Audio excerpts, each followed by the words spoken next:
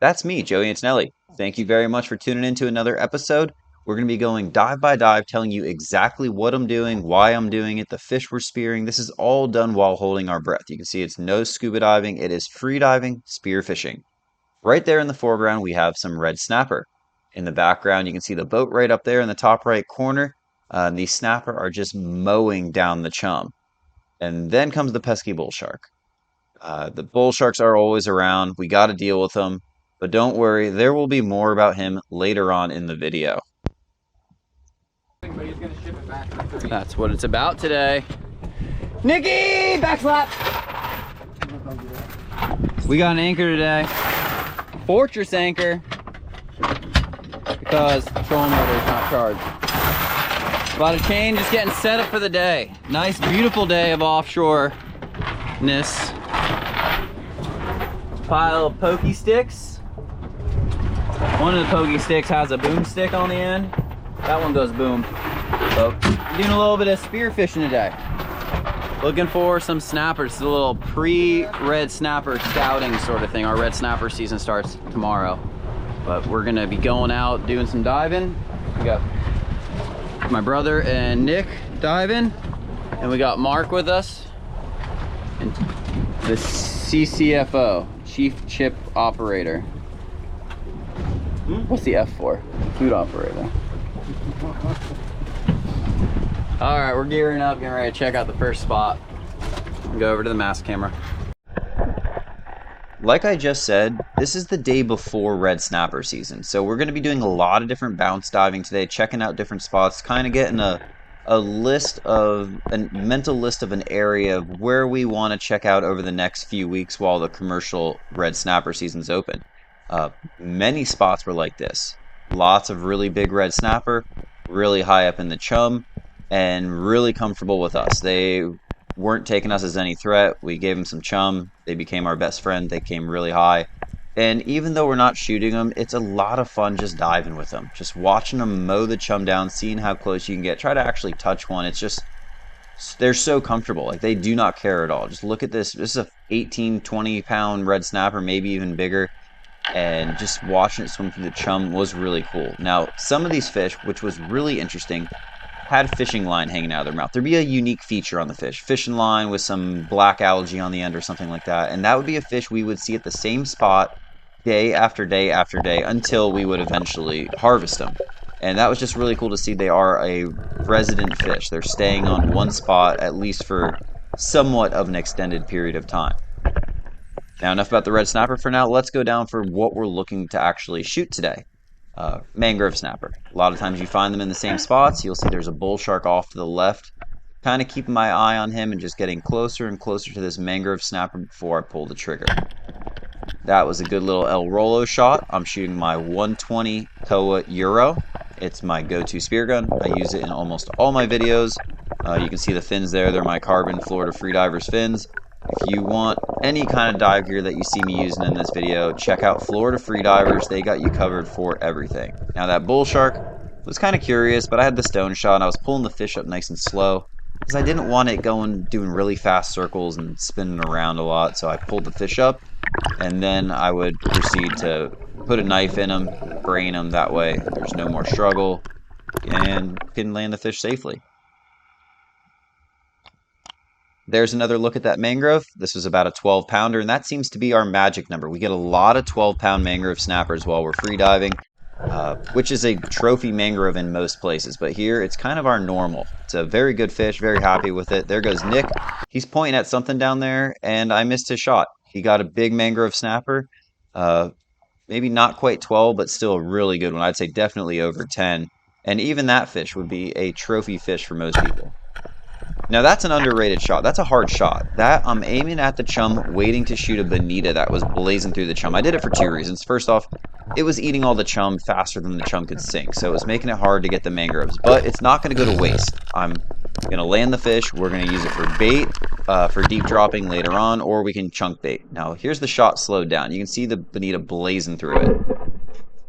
At that type of spearfishing, you're just aiming at the chum, and then at your peripheral vision, you're watching the bonitas eat it, and just time your shot for when they're going to be there. I brained them, just like I do with most of the fish I shoot. and then he would go up into the back of the boat.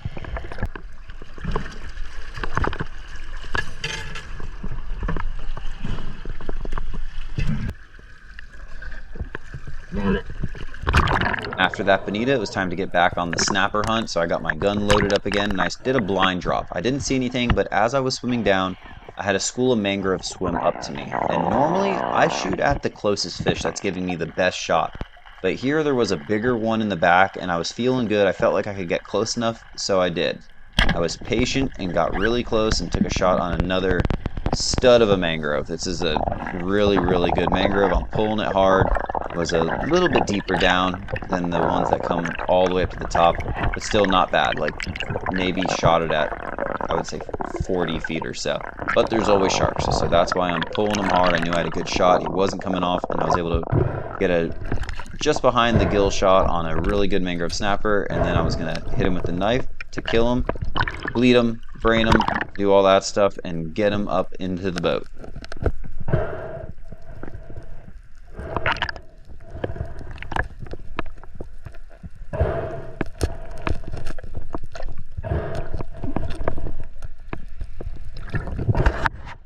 Now, a lot of the time I don't get the other people's shots on video because I'm focused on other things and it's far away, hard to tell anyways. But there's my brother Nick. He's dropping down. You can see the mangroves kind of flashing down there.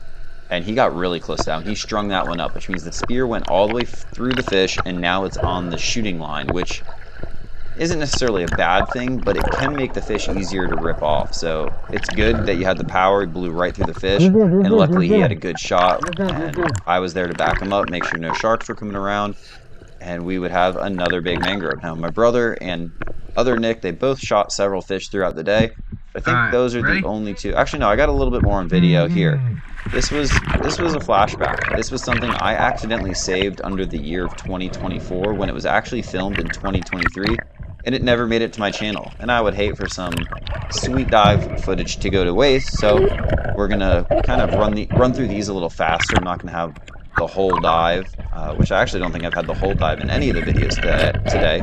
But common question is how long we hold our breath for, and I would say a normal dive for me is about a minute.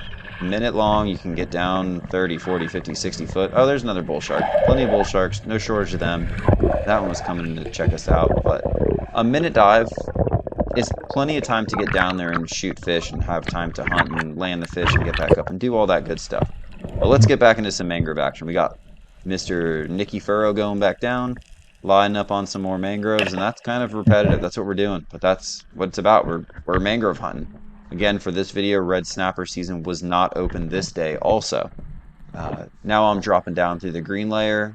There's mangroves swimming around, and we'll let it play out for you, show you how it worked out for these mangroves.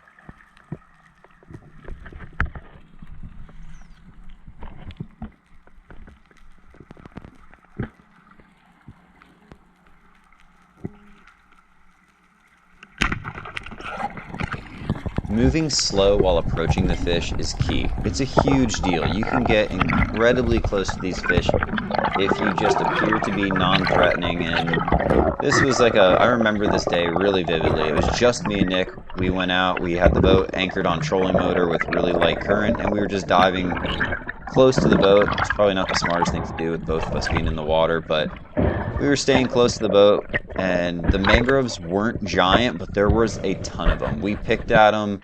Almost every single dive we came up with a mangrove, and we only had to dive about 20 or 25 feet this day. It was just easy pickings, mangrove after mangrove, but they weren't our normal 10 or 12 pounders. They were more like 3 to 8 pounders for the most part, which is very small for what we normally shoot, but still hard to pass up when it's that easy and there's so many of them.